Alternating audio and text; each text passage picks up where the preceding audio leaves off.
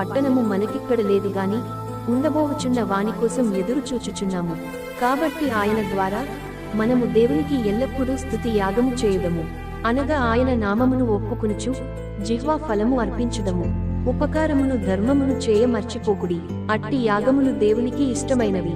మీపైని నాయకులుగా ఉన్నవారు లెక్క ఒప్పజెప్పవలసిన వారి వలె మీ ఆత్మలను కాయుచున్నారు.